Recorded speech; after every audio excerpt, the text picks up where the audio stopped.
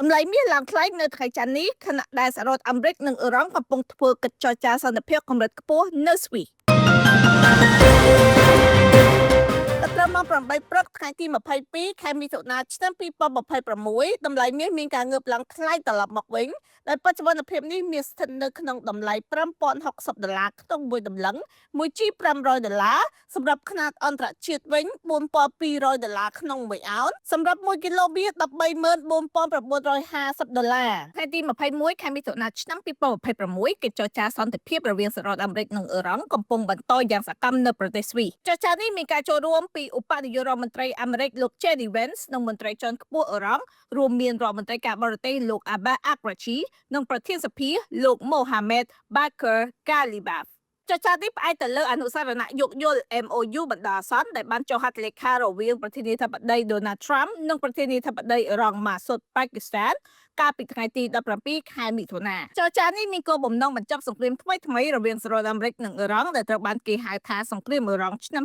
2026ឬប្រតិបត្តិការ Epic Fury ដែលរួមមានការវាយប្រហារតាមអាកាសការបាញ់មីស៊ីលនិងការរាងខ្ទប់ច្រកសមុទ្រហូម៉ូសសំខាន់នៃកិច្ចព្រមព្រៀងបណ្ដោះអាសន្នមានដូចជាការបញ្ចប់ជាអចិន្ត្រៃយ៍នៅប្រតិបត្តិការយោធានៅគ្រប់ជើងមុខរួមទាំងនៅលីបង់បើកច្រកសមុទ្រហូម៉ូសឡើងវិញសម្រាប់ការដឹកជញ្ជូនបន្ធូរបន្ថយទណ្ឌកម្មមួយចំនួនដើម្បីឲ្យអ៊ឺរ៉ុបលក់ប្រេងកាន់តែងាយស្រួលរួមមានការបដិញ្ញាចិត្តទៅលើការបោះបង់ចោលអេរ៉ាញ៉ូមដែលមានកម្រិតខ្ពស់និងកំណត់ពេលវេលា60ថ្ងៃសម្រាប់ការចរចាលម្អិតបន្ថែមទៀតបណ្ឌភាពនេះកិច្ចចរចាផ្ដោតទៅលើបញ្ហានុយក្លេអ៊ែរការអនុវត្តបទឈប់បាញ់នៅលីបង់ការចូលទៅកាន់ច្រកសមុទ្រហូម៉ូសនិងទណ្ឌកម្មលោក Vance បានសម្ដែងក្តីសង្ឃឹមប៉ុន្តែបានសង្កត់ធ្ងន់ថាត្រូវមានវឌ្ឍនភាពជាលាក់ជាណាក៏ដោយមានបញ្ហាប្រឈមមួយចំនួនអ៊ឺរ៉ុបបានបិទច្រកសមុទ្រហូម៉ូសឡើងវិញដោយសារការវាយប្រហាររបស់អ៊ីស្រាអែលទៅលើលីបង់ខណៈដែលអាមេរិកអះអាងថាច្រកសមុទ្រនៅតែបើកចំហប្រធានាធិបតីសហរដ្ឋអាមេរិក Donald Trump ក៏បានព្រមានថានឹងបន្តការវាយប្រហារ